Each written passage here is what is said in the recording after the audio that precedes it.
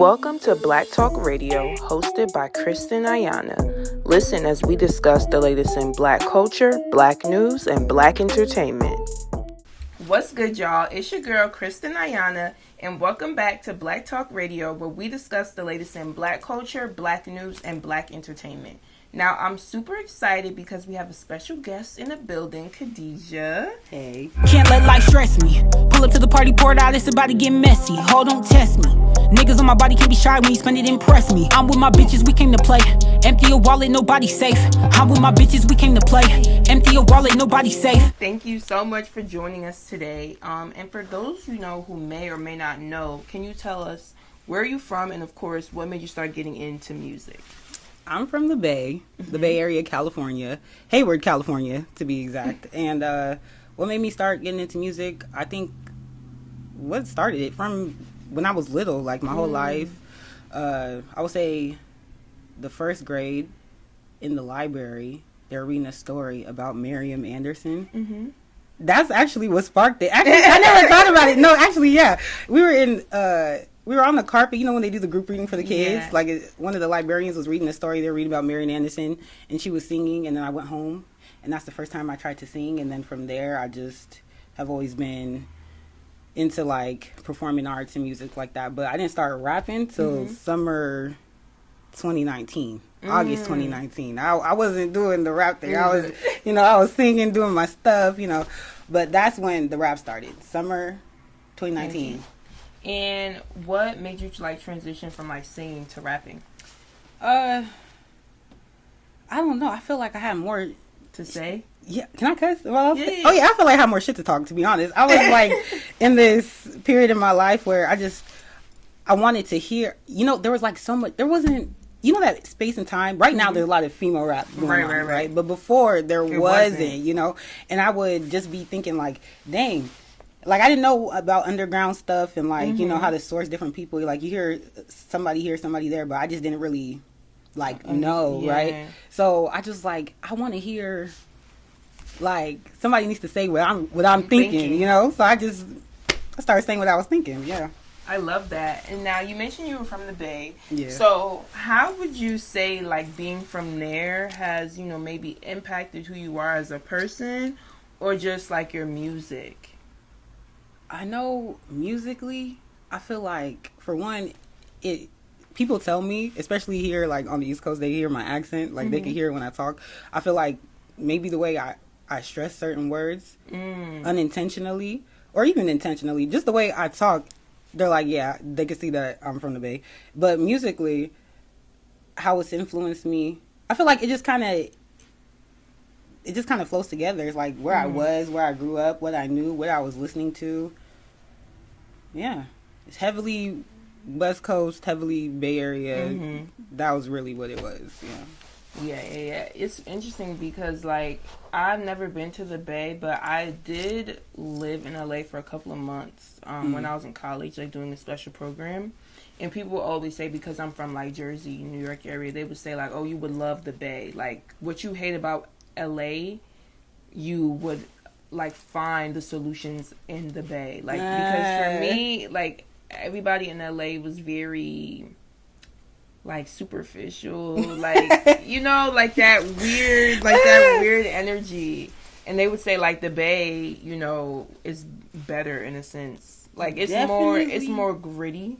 Definitely. I feel the Bay is just more relaxed in that, I don't know. I feel LA is LA. Mm-hmm. LA is Hollywood. It's you're gonna get that, that whole thing. But the Bay is people, I don't know. I feel the nicest. It's not even about being nice. It's just people want to have fun. Mm-hmm. It's not that deep.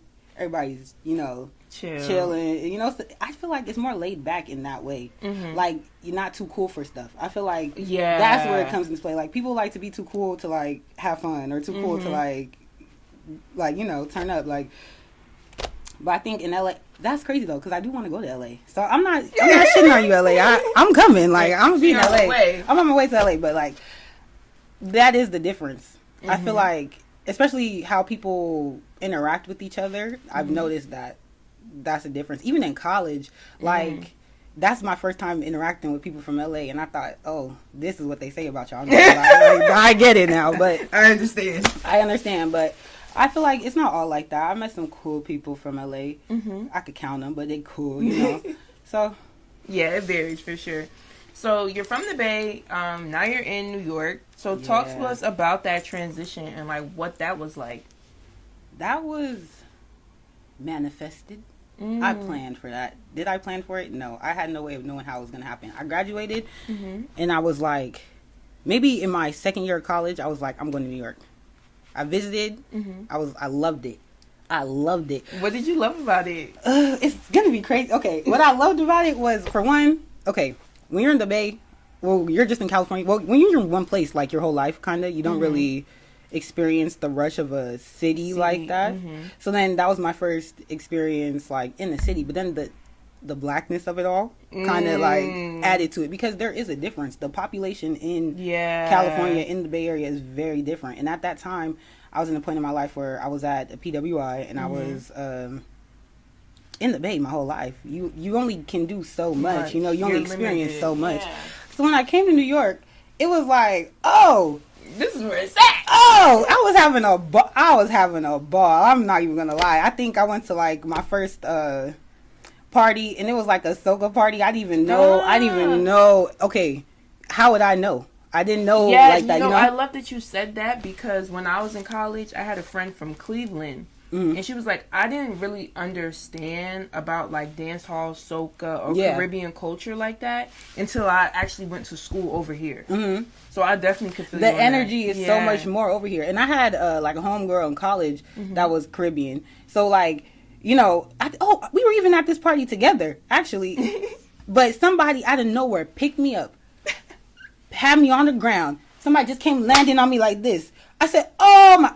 I was just shocked the whole time. Everybody's just looking around like it's nothing. Meanwhile, I've never been like, you know, like what was you got thrown into the wild. It was like what, and then it was just random. Then the person that even the man that even came landed on me like this. Then another man came to help me up, and I'm just like, I'm over here just like fixing myself like, what's going on? But it's like, that was the vibes. I was like, oh, this is, I don't know, like, that was fun. That was crazy. I'm going to stay here. I just enjoyed myself. I'm like, this is fun. Like, I hadn't had that much fun since, like, a school dance in middle school. You know what I'm saying? Like, it was good. I feel you. So now I want to get into your song, Safe. Yeah. And you recently dropped a music video for it. Yes, I did. So talk to us about that song. Like, it's super dope. So tell us, like, how did it come about, and like what were you feeling when you were recording this song? You know, there's a voice, like a voicemail open in the song, and it's like this, it's like this dude, he's like, Khadijat, I've been calling you all day, where you at, blah blah blah. And it's like, in this life you can't let some man stress you, you know what I'm saying? You can't let life stress you, but you really can't let a man stress you. Like, there's like so much to do in life that somebody's, you know, somebody's son will now come and be like the bane of your whole existence. No, that's ridiculous. So for me, I was more like, I want to be out with my friends. I want to go out. I want to have fun. I don't feel fulfilled in this like dynamic, and it's not like I don't communicate that. Like, I feel like in music, you know, it comes out like real like like fuck you, you know what I'm saying? But like in real life, I communicate very well. So I feel like after I've already communicated everything I feel like I need to communicate. If you don't leave me alone, adjust or do what I'm asking, then what are we talking about? It's like I cannot let life stress me. Pull up to the party it's about to get messy. I'm having fun, like, you know, I'm with my friends. I just love being out with my friends, having fun. Like, what's that? That's where my head was in that song. And then that voicemail was just like, it blew me. So it was just like, whatever. No, I definitely feel you. And I feel like too, like with relationships and like dating, it's just weird to me. Why is weird? I feel like it's weird because, like, people make it more than what it has to be. Like, as far as, like, communication styles and things of that nature. Like, that's when it gets tricky. Like, I feel like if everyone would just communicate properly, and then, or just like accept things for what it is, or just realize, or if you can't do something or show up how I expect you to, then communicate that, then it would be better. Yeah, I feel you. But at But the also, same time, I don't want to stress either. So. yeah, but at the same time, I feel like people don't know what they want. Like, they don't know what they want, and they don't want to be honest about what they actually do want. Exactly. Even if they do know what they want. They rather just keep things in a weird, like, gray area and, like, gaslighty and just, like... And we not doing that. And we don't do that. Like, that's not conducive to a healthy life, you know? Yeah. That's what I want. Yeah. Yes, exactly. And I also saw that you had, like, an event for the release of the music video. Yes, Heartbreakers So talk to us about that. Oh man, Heartbreakers Heaven, the choosiest night of the year. It was a lot of work. It wasn't that much work, but it was like a lot of planning. It was my first solo like headlining show, and I was really excited about that. Also, a little, no, I wasn't nervous. Stop playing with me. It was very exciting, and I was just like really happy that could come together in that way. I actually introduced a UKG flip of Safe at that show that I'm gonna be releasing soon, just to like give it a new life, because it was Glowsy's the producer who did the UKG flip. It's crazy. Like, I'm really excited about that. But the event was fun. A lot of people showed up. I did my thing. I had burlesque dancers. Wow.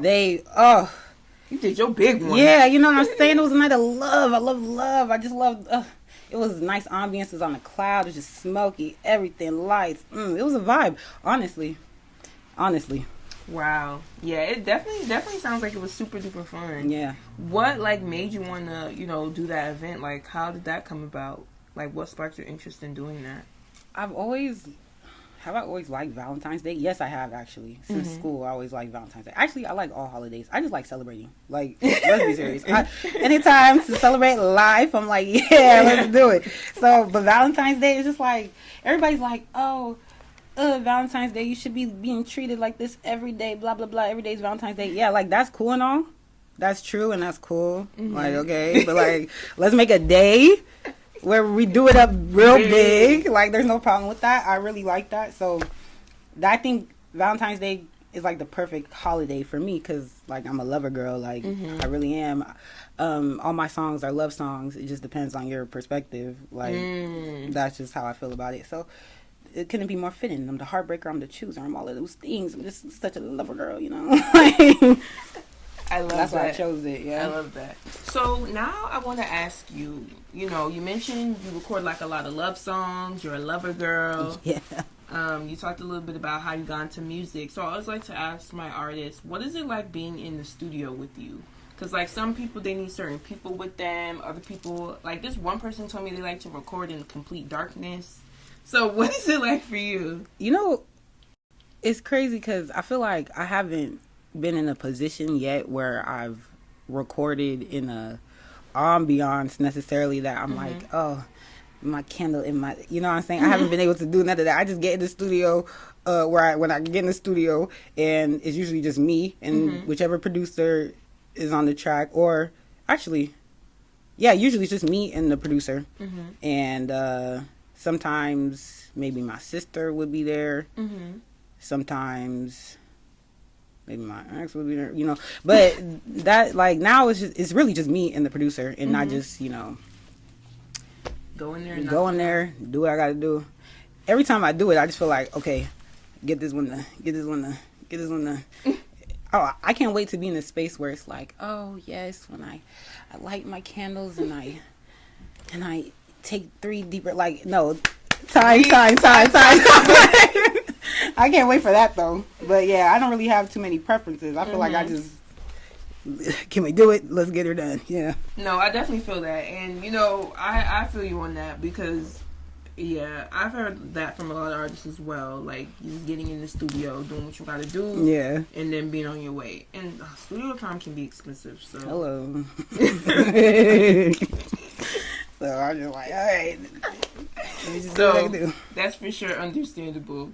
So now I want to get into, like, you're an independent artist. So I want to know, like, do you have, like, a team or, any somebody that you're working with that has helped you along the way? And if so, like, how was the relationship formed, and how has that benefited you as an artist? You know, in this life, the team that I have, my team is God. And, yeah, it's just been, God has been sending me people along the way, type of thing. Because there's no team. It's just me. Like, I'm just like, oh, I don't even know. I just decided. It's like, some people are like, oh, you just wake up and decide to do things. Like, yes. And I decided, and I did it, and I've just been doing it, and I've just been just trying to keep my eyes open, because I believe blessings come through people. So I think on my path, I've just like, I just gotten extremely lucky with like different stuff. Like when I started my very first song, the producer was a classmate of my little sister. So then it was Artie Furtado, producer that produced Dangerous and like my early records, to Miniskirt, a few others. I can't, like, I'm over here losing my mind just trying to think about it. But yeah, so recording with him was like my introduction to like even like recording and like just having that type of dynamic. So that was like, I saw that as a blessing. Like, boom, I was trying to get into, making music. It was very easy because, meeting him, we were working. Then going forward, I got connected to other producers and then working with them. What was the question? You having a team, or like how? Yes, I don't have a team. I'm just like, as they come, as like situations come, I just try to like, you know what I'm saying? Work it the best that I can. Recently, who's was helping me out? Like I'm saying, I feel like everything just like leads to other people. Like this connection leads to this. That's the importance of like networking and making exactly connections. Exactly. I went from there to working with Ben Bradley and amazing producer. He did like Heartbreaker, Inflation, What's Up, like my new drop. Like that was Ben. Yeah. So it's like I was working with him. Then I feel like everything I do just opens the door for like more people to like come and see me, or for me to connect to other people, and then them being like, oh, you cool, like let's see how we can whatever, Mira Silvers, she's just been like consultant like for me, like just really like just gaming me for free, just like, oh, you should think about doing this, oh, like you should look into this, like just like a real cool person. I think like just being good to people be good to you. You kind of build more of a friendship through everything versus like, I don't know, just trying to be like, oh, opportunity. I feel like I'm just chill. I'm meeting people that are like cool people, and they're just like, we're just pouring in, artistically, and it's like helping along. It's just cool. I just can't wait till it's at a point where it's like looking back and it's like, dang, look at all these moments with all these people, and like, I feel like that's number one. I'm always grateful. I don't have a team. The question was, do I have a team? I don't have a team. I don't know how to stress that enough. I do not. It's like a one-woman army. But at the same time, it's not a one-woman army, because so many people come along the way and they help you at the same time. Like, I think it's so crazy to think like, oh, it's just me. Like, my sister, biggest help. Oh my goodness. But they're not like, these people aren't sitting up like, okay, we're sitting in a room and we're having a board meeting about how to get right. Like, nobody's doing that, but me, obviously. But like, you have the support. But I feel like I have the support. I feel like I have the support that has been afforded to me, and I'm not wasting it, and I'm grateful for it. And eventually I hope to have a team. Yes, eventually I do hope to have a team. That would be very nice. I have big ideas, big things I want to execute. We're going to manifest that. It's coming for sure. Yes. I see it for you. Now, is there like any artists or, that you would love to collaborate with, or any artist that has maybe, liked one of your posts on Instagram, or just like showed you love that you were like, wow? Oh, showed me love? You know who showed me love? Why I say it so aggressively? Oh, like, show me love. You know who showed me love? BbyMutha has shown me so much love. Oh. I love BbyMutha. BbyMutha. I love BbyMutha. Like, first of all, she's so raw. Like, I ain't got to tell you. I ain't got to tell y'all. Y'all know BbyMutha is raw. But she had me open for her. That's I've opened for her, like, a few times. And, yeah, like, I love BbyMutha. She's from Dangerous. She was just like, oh, yeah, you're fine. I'm like, You? Me? Like, it's just like that. Like, no, I love BbyMutha. So I think that's probably one artist that had shown me love that I've been like, oh, whoa. You know, and I think other artists as well, like, I think just coming up, I just feel like I like what I like. People gravitate towards me if they like me. I gravitate towards, like, people that I like, and it's just cool. I feel like the vibes are always just, like, really, like, you know. If I'm looking back as to who, like, when I was seeking out music, it was more like me going really, not retro, but, like, like, we can acknowledge the period in time there was no, like, mainstream. Yeah. You know what I'm saying? There wasn't a lot. So I kind of just... I just remember looking into, like, Missy Elliott a lot. I wasn't even looking into Missy Elliott. Missy Elliott, I always loved Missy Elliott from when I was younger. And Eve as well. Eve, I really love Eve.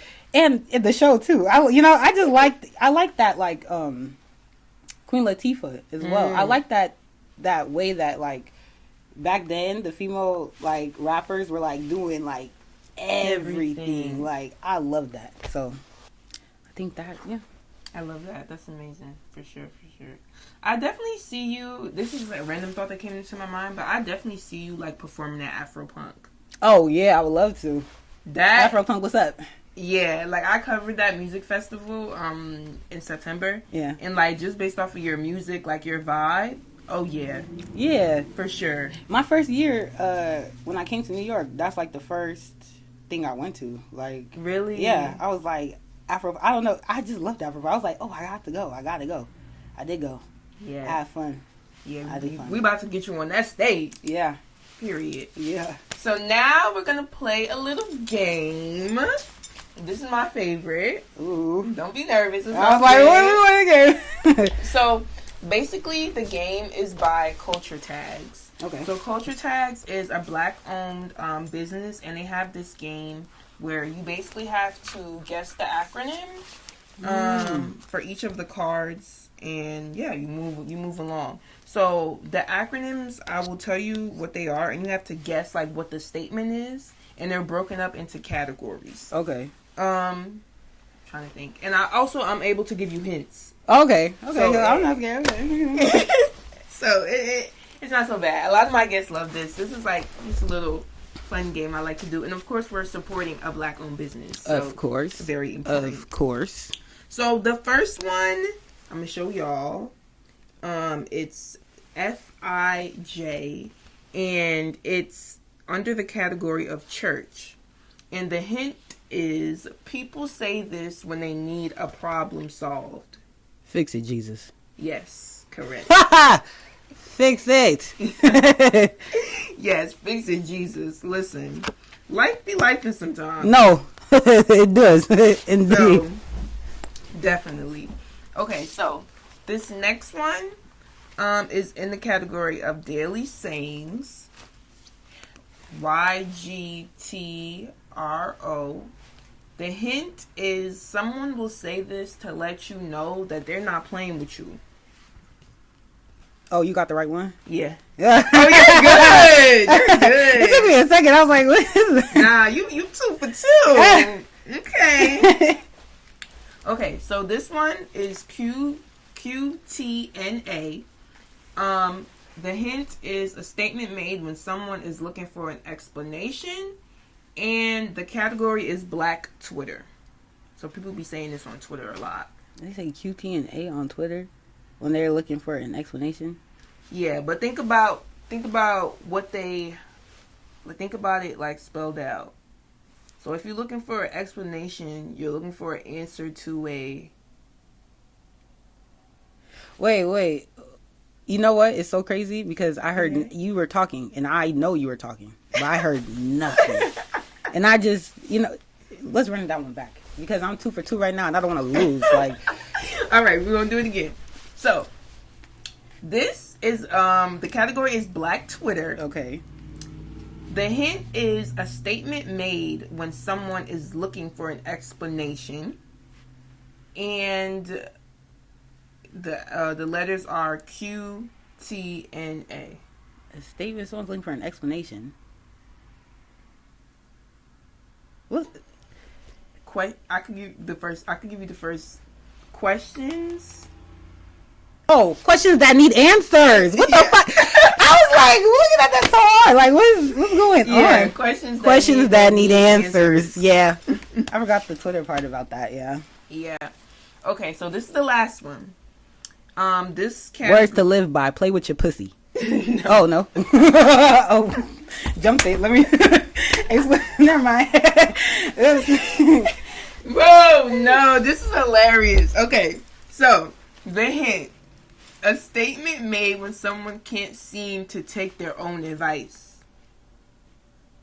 Someone can't seem to take their own advice. Like, okay, say for example, somebody is telling you to do something, but they can't even do it in their own life. But they trying to tell you what to do.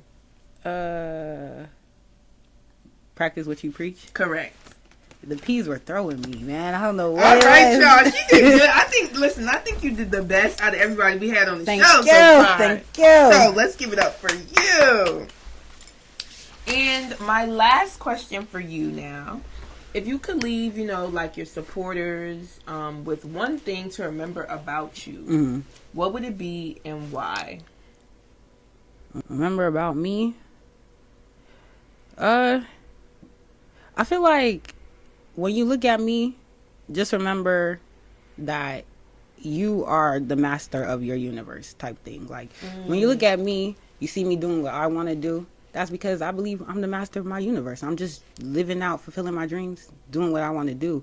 And you can do the same thing. It doesn't, the next person doesn't stop that. It should inspire that. So when you look at me, be like, oh yeah, I know what I want to do. I feel it in my body. I'm going to go ahead and do it. And don't question yourself too much, or don't allow outside thoughts to deter you from what you want to do. So I guess when you look at me, just remember, you do what you want to do. You live your life. You have fun.